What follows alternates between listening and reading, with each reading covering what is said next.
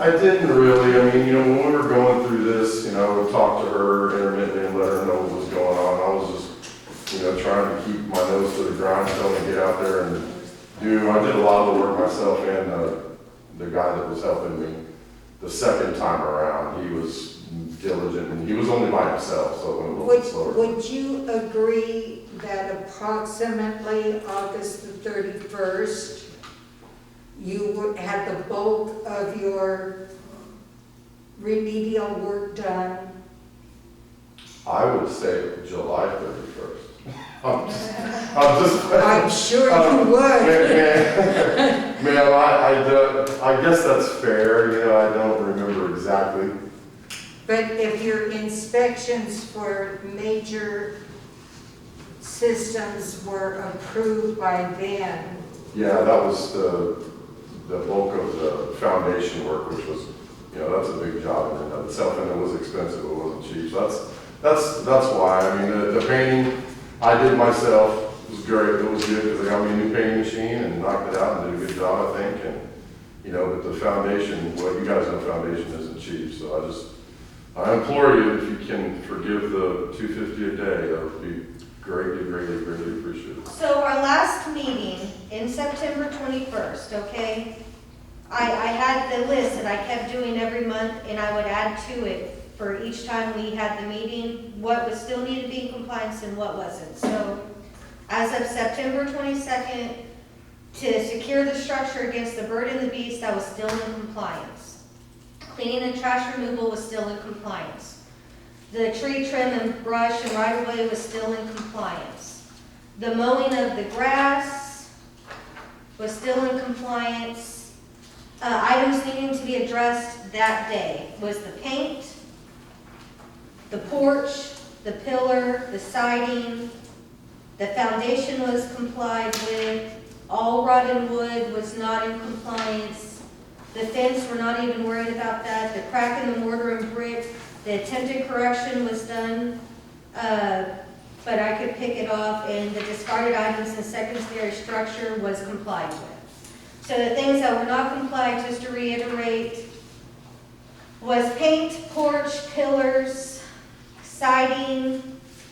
No, we did replace it with the metal sheeting in September. The foundation beams, those were complied with. The rotten wood was not complied with. And the brick and the mortar on the secondary structure, which I'm not too worried about. Now, I'm not too worried. It's been corrected. Those were the things that were not our last meeting. So we had a full meeting, or a full month, and now this meeting. Yeah, the very first things I tried to do were just, get the doors and the structure covered from the inside so nobody could get in, because that was a problem. And you can find that underneath your green tab, September 22nd, 2020 is where you can find that list.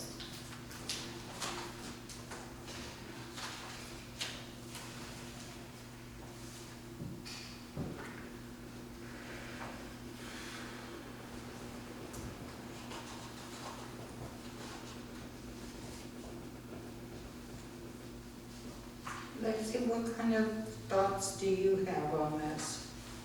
Well, I mean, we put the penalties into play for a purpose because we didn't feel like he was taking us seriously, and every time we asked for a timeline, he'd come back and act like he didn't understand what a timeline was. That's basically where I was in September. That's about the gist of what I got in September. Christopher. Hi, my name is Christopher Garza. I live on 4807 Michael Collins. The meeting that she's talking about where she presented these photos, I believe I attended this meeting. And I recall there was that issue where it did seem as though, it wasn't exactly taking everybody seriously. However, it does seem that there was a talk, if I can remember correctly, that either some or everything would be absolved if he started to push to be within compliance. Now, obviously, there were some compliance issues So I think there should be a fee assessed. However, I don't believe, the $29,000 should be applicable in this. I mean, if anything, there should be some kind of penalty for not being in compliance, maybe for not taking you guys seriously. I do believe that. We do have to show others that, hey, when we write tickets, you gotta, show up to these things, but I think you guys should try to figure out maybe, 50 a month, 50 a day, or 100 a day, or 75 a day. I don't know, just something different, because it does seem like an awful lot for somebody to have to pay for that. And he did do a lot of the things he said he was going to do. It did take a while, and obviously the $250 a day, I'm sure really put something in him to do it, but like I say, I think that's just excessive, if you ask me. Thank you. I appreciate what you guys said, and I actually guess I have to. Well, I can tell y'all at $50 a day for the 119 days, that is $5,950. But that's not even an option, because the order that you issued said Okay. $250 a day. So the all only we options really that you have right now are to decide, are you going to assess those penalties there? No, You're not able to negotiate the amount we can negotiate, but we can The number of negotiate days. the days, Yes. can't we? correct. Because that was the impression I felt, and why I was looking for, where's a reasonable cutoff? Right, correct. Where's something that we can encourage people. The other thought that I have is making sure that we encourage people to invest in Kirby. That's right. We don't want it to be Kirby's, a one-horse town. No, we got our two. So we need to make sure that we also encourage investors to come in and renovate properties. Well, I was telling her, the one right behind this building, I've been talking to them for a year, so that's a project that I'm looking on. I would like to go fix that one up, so I implore you. And this time around, we'll not be having these meetings for that one. I'll make it nice and pretty and make the building look good on that one.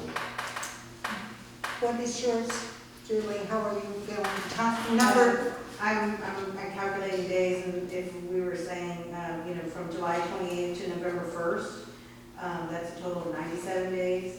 If we said July 28th to September 21st, when we had that last meeting, that's 55 days. And so if there's no ability for us to reduce the fine, as Ms. Vernon said, the only thing to do is to reduce it by the number of days. Right.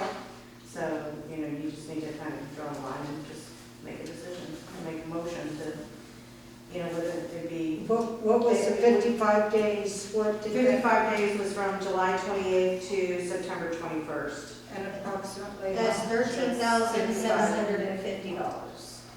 Could we do it something like what the gentleman was saying, calculate it like as if it was 50 days? $50 a day? We can't do do that. It that has to just be because we have a motion for the 250. Okay, so for 55 days, you're sitting at $13,750. And That's less than half.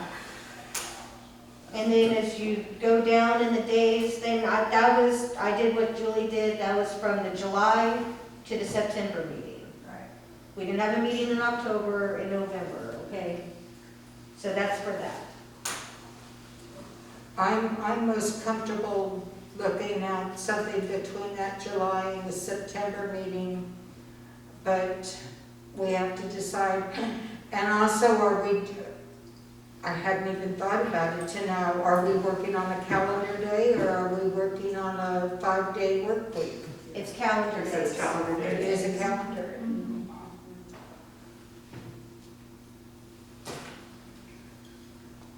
You're looking at me and I'm going, It's totally up to you all to decide. My concern is that we already know he has over $4,000 worth of liens.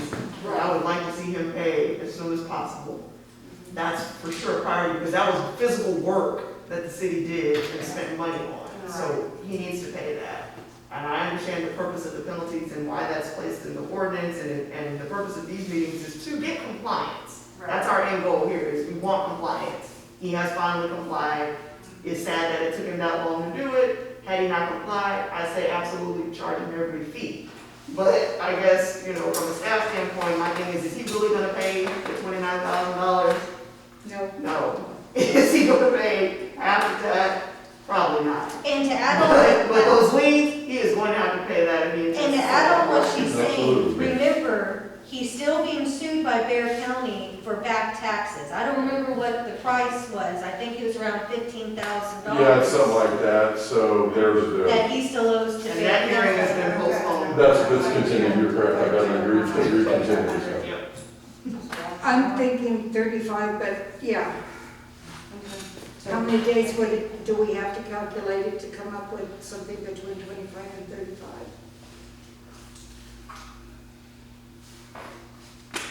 If we're working on like a 30-day period, That's 12 days, 12 days. 12 days, at 3,000, and just coming in the middle there. You choose. So, I make a motion that we use those figures of 12 days at $250 a day, and make sure that within the motion, however we end up writing it up, that it also states that it's because of his compliance and looking for the future investment in Kirby.